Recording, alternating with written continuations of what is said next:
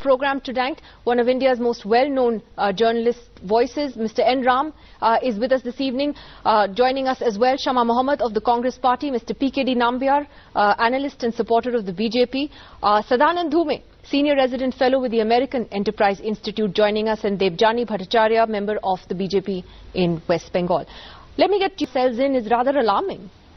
Nidhi, well, I am going to disappoint you even today. Because the reason being that I definitely do question such kind of reports, because these are very, very motivated just to tarnish the very image of an India or the countries like which are growing powers. So it's basically a new weapon of a kind of a new weapon which the West is using to malign the overall perception about a superpower like an emerging superpower like India, and there is no doubt. I'll give you examples one after another.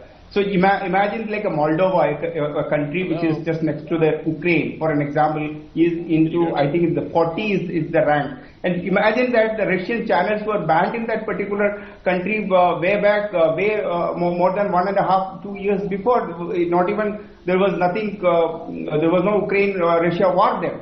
Imagine Hong Kong, which from the last 2 years, even in your own channel has reported multiple times, almost all the media has been taken over by the China. But it ranks almost, I think, in 76. A kingdom which is owned or a king ruled United Arab Emirates, UAE, which is in the much ahead of us. So the idea of these kind of ranks are basically to create an image and an impression that India as a country, which is, of course, as you said, which is the largest democracy in the world, wherein every press, even today we are talking about, and Mr. Ram was talking about, I'm a great fan of Hindu, sir, but let me tell you, even today's Hindu, as a newspaper, every day published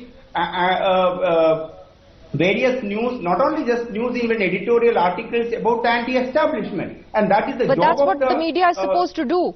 I know that people have forgotten that, but the media is supposed to be, it's supposed to question the establishment. It's not true. Has this not happened? Nidhi, we are a large country. And of course, a large amount of press is also present in this country. If you really look at the percentage of the number of people who may have gone behind the bars, and please note, even if at all, if there is some of the cases, I'm just saying that according to me, all the cases are very genuine. But even if somebody questions on some of those cases, for an example, the Hathras case, which I said, we have complete proof that he is actually a terror mind in a way. So, but the problem is that why do we need to take these very small examples to tarnish the image of a country like us? That is too small. Imagine whom are you comparing with? You are comparing with the Sudan. You are comparing with the third world countries which are predominantly kingdoms. Okay. And you're saying they're not democracies, they're dictatorships, and we find ourselves in their company, which is exactly what Actor is wearing. I mean, do you not cringe honestly a little bit that they've just taken it too far?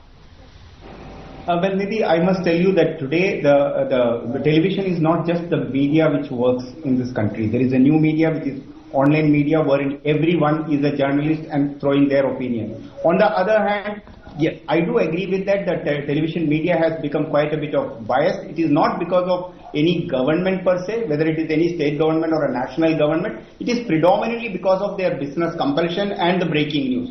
A few days ago, I was attending a conference where I met many anchors and many of the media personalities. They were all talking about that it is out of their compulsion they are supposed to do it. So I think criticizing any government, whether it is because we have a large number of regional media, so wherein they are the state governments do play a major role on those people. But yes, indeed, our freedom of press is in danger. To whom? The problem is that there has been a character in this country which has been created, a left coterie of media groups who are setting the everyday narrative in this country. They are in danger because they will not be allowed to put the narrative which they wanted to tarnish the image of this country will not work. Today you also need to understand, while we are talking about it, the Foreign Correspondents Club and also the Press Club of India has not given an opportunity, despite after the confirmation, to Vivek Ranjan Agnihotri, and neither are not given the opportunity to address the press conference. Now he had to arrange another venue at Le Meridien. Neither Shama Poor Mohammed, chap. not any I'm of the sure that leaders would have been did, tough for or him to not arrange an Enram, alternative venue. They're well within their right not to give their platform. For him to incite hate, Mr. PKD Nambiar. For Anyway, him to this debate incite is not about he should Vivek not be Agnihotri. allowed. He This incites debate hate. is not about him. Vivek Agnihotri incites hate. All right, I have to end it there. But yeah, I would like to sort of end with the question that nobody asked in the course of this show, which is that Prime Minister Modi has been Prime Minister now for 8 years and he has not held a single press conference even now. He's not the only leader, by the way. If you look at many of our regional leaders, our chief ministers,